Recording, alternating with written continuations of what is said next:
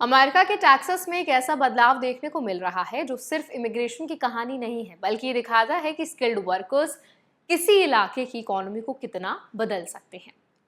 Bloomberg की एक report के मुताबिक जिन इंडियन प्रोफेशनल्स ने सालों तक टेक्सास के कई शहरों में घर खरीदे, टैक्स दिया, किराया दिया और लोकल इकोनॉमी को मजबूत किया, आज उन्हीं लोगों की संख्या कम होने का असर हाउसिंग मार्केट पर दिखाई देने लगा है। आज इस वीडियो में हम समझेंगे कि टेक्सास में इंडियंस ने किस तरह तक पूरे इलाके को बदल दिया है। H-1B रूल्स में हुए बदलावों का क्या असर पड़ा, हाउसिंग मार्केट में गिरावट क्यों आ रही है और इस पूरी कहानी से भारतीयों को क्या सीख मिलती है। तो चलिए फिर जल्दी से वीडियो को शुरू करते हैं। हाय, मेरा नाम है वर्षा दुबे और आप मुझे देख रहे हैं NBT टेक एड पर। डैलस फोर्ट वर्थ के आसपास का इलाका पिछले 2 दशकों में तेजी से बदला। जो जगह कभी खेती और खाली जमीन के लिए जानी जाती थी, वो धीरे धीरे एक बड़ा टेक हब बन गई। इस बदलाव में इंडियन प्रोफेशनल्स की बड़ी भूमिका बताई जा रही है। रिपोर्ट के अनुसार 30 सितंबर 2024 तक के 4 साल में डैलस एरिया में करीब 32,000 नए H-1B अप्रूवल्स हुए।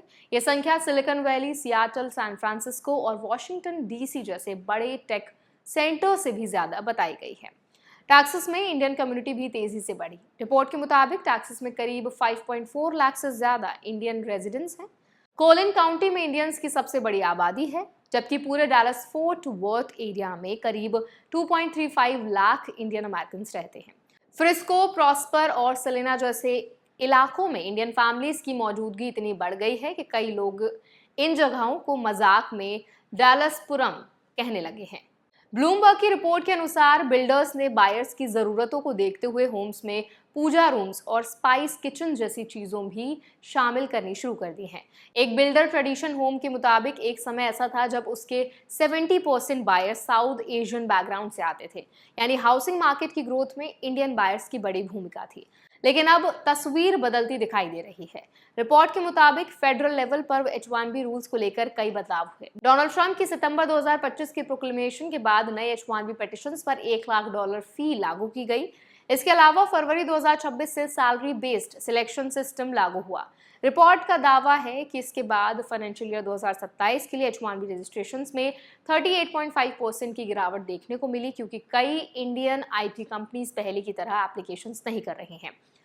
टैक्सेस लेवल पर भी कुछ कदम उठाए गए। रिपोर्ट के मुताबिक गवर्नर ग्रेग एबट ने स्टेट एजेंसीज और पब्लिक यूनिवर्सिटीज में नए H-1B पिटिशंस पर तुरंत रोक लगाने का आदेश दिया। इसके अलावा टैक्सेस अटॉर्नी जनरल केन पैक्सटन ने H-1B फ्रॉड को लेकर जांच शुरू की और बाद में नॉर्थ टैक्सास की लगभग 30 कंपनीज तक इसकी जांच बढ़ाई गई।